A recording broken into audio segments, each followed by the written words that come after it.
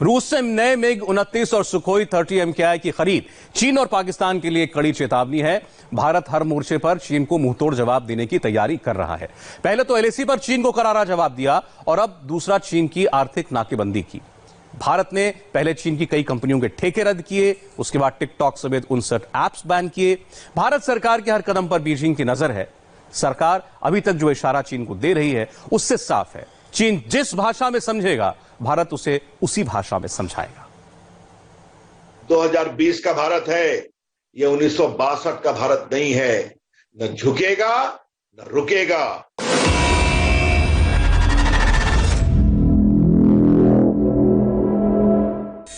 अगर भारत के साथ कोई आंख मिलाएगा तो भारत आंख मिला के जवाब देना भी जानता है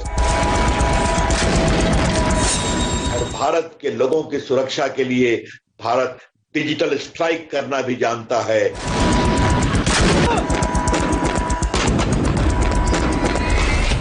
चीन ने भारत से दुश्मनी करके सेल्फ गोल कर लिया है।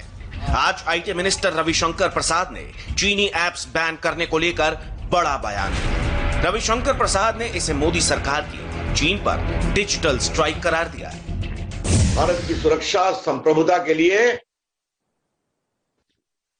जनता के डिजिटल सुरक्षा के लिए, जनता के डेटा की सुरक्षा के लिए, पब्लिक ऑर्डर के लिए हम लोगों ने 59 ऐप को बैन किया है। कानूनी कार्रवाई होगी उसकी, लेकिन ये ही उसमें टिकटॉक भी है, पता है ना आपको।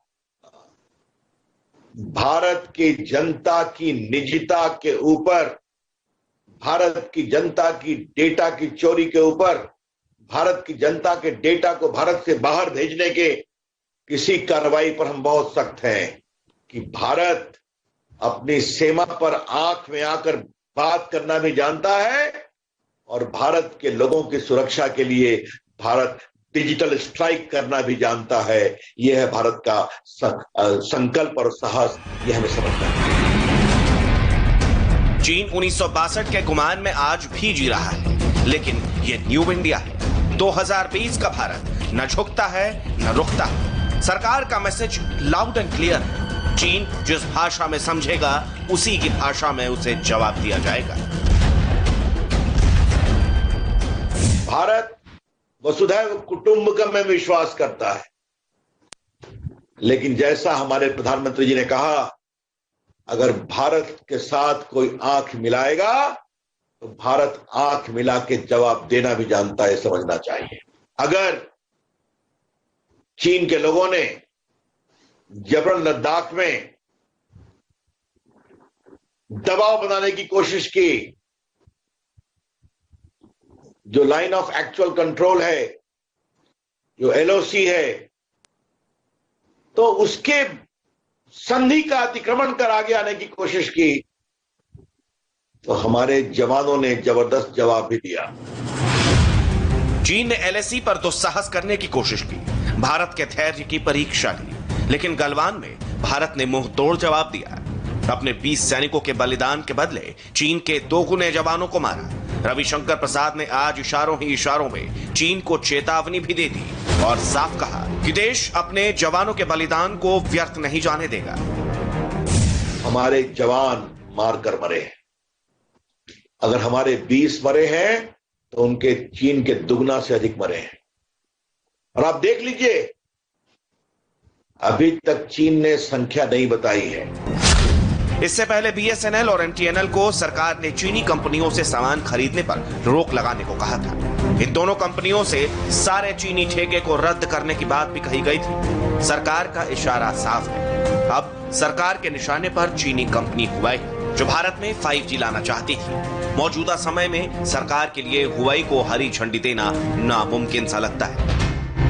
इधर केंद्रीय सड़क परिवहन, हाईवे और MSME मिनिस्टर नितिन गडकरी ने हाईवे प्रोजेक्ट से चीनी कंपनी पर बैन लगाने की बात कही है। गडकरी ने कहा है कि सरकार जल्द ही हाईवे प्रोजेक्ट्स में चीनी कंपनियों को काम देने पर बैन लगाएगी। यहां तक कि चीन की कंपनियों को ज्वाइंट वेंचर पार्टनर के तौर पर भी काम नहीं करने दिया जाएगा।